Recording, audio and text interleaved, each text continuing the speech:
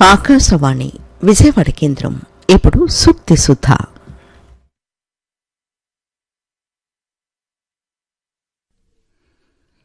సర్వోత్కృష్టమైన మానవ జీవితంలో మానవుడు మనుగడ సాధించడానికి అనేక సంపదలను ఆర్జిస్తాడు.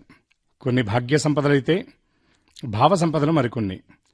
అటువంటి వాటిల్లో తృప్తి అనేది గొప్ప సంపద. ఎంత సంపాదించినా తృప్తి లేనివాడికి శాంతము లేదు.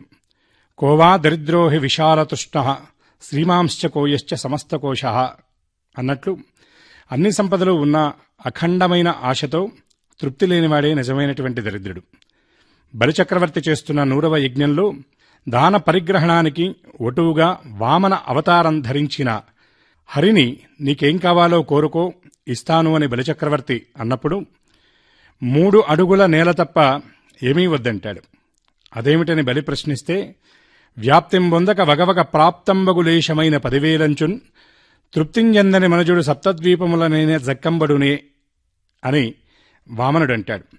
తనకు దక్కిన దానితో సంతృప్తి చెందక లేని దానికోసం, తనది కాని దానికోసం ఎదురుచూస్తూ ఉంటే సప్తద్వీపదీపితమైన భూమండలంలో ఎక్కడా సుఖంగా జీవించలేరని వామనుడు బలిచక్రవర్తితో అన్నట్లు మహాకవి పోతన భాగవతం ద్వారా పేరాశతో బలి అవుతున్న మానవుడికి ఈ సందేశాన్ని అందించాడు.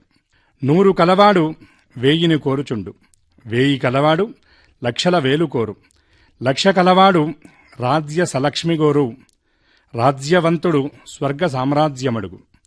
100 ఉన్నవాడు 1000 కోరుకుంటాడు, 1000 ఉన్నవాడు 1,00,000 కావాలంటాడు, లక్షాధికారి రాజ్యం కావాలంటాడు, ఆ రాజు స్వర్గసింహాసనం కోరుకుంటాడు.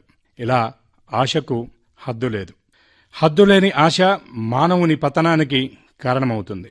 తృష్ణ ఎలాంటి వారినైనా పరాజయం పాలుచేసి అశాంత చిత్తుల్ని చేస్తుందని శ్రీరామచంద్రుడు యోగవాసిష్టంలో ఇలా అంటారు.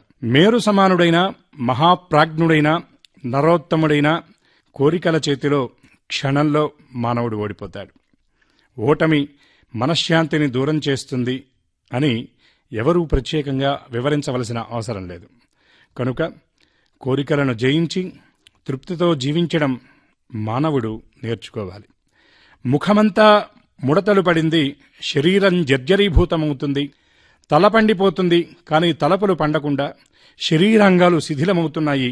వార్ధక్య ఛాయలు ఆవరించినా ఆశ మాత్రం నిత్యనూతనంగా యవనంలోనే ఉంది.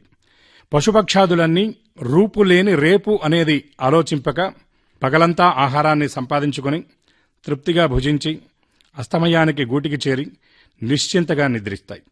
పిల్లలకు భావితరాలకు సరిపడా మేడలు మిద్దెలు కూడబెట్టి ఇవ్వకుండా తమ ఆహారాన్ని తామే సంపాదించుకోవడం నేర్పుతాయి. ఆనందంగా జీవించడానికి ఆస్తులే అవసరం లేదు. తినుటకు ఒక్క రొట్టె ముక్క, పరుండటకు ఒక్క పాక, ఆనందించుటకు ఆలుబిడ్డలు, హాయిగా తనువు చాలించిన చాలదా అంటారు కరుణశ్రీ జంధ్యాల పాపయ్య శాస్త్రి. కనుక కోరికలను జయించి తృప్తితో జీవించడం నేర్చుకోవాలి.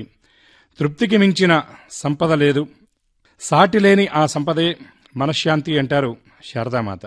శాంతము లేక సౌఖ్యము లేదన్న నాదయోగి త్యాగరాయస్వామి వారి వచనానుసారం తృప్తి వలనే శాంతము, శాంతము వలనే సౌఖ్యమని గ్రహించి తృప్తి లేని జీవునికి ఇహమునందే కాక పరమనందు కూడా సద్గతి ప్రాప్తింపజాలదు.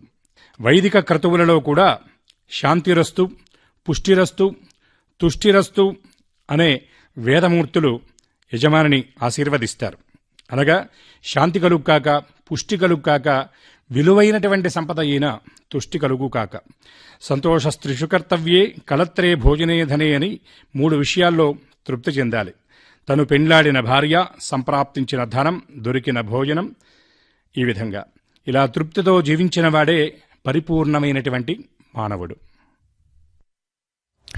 సూక్తి సుధ విన్నారు. సమర్పణ శ్రీ పులుపల వెంకట ఫణికుమార శర్మ.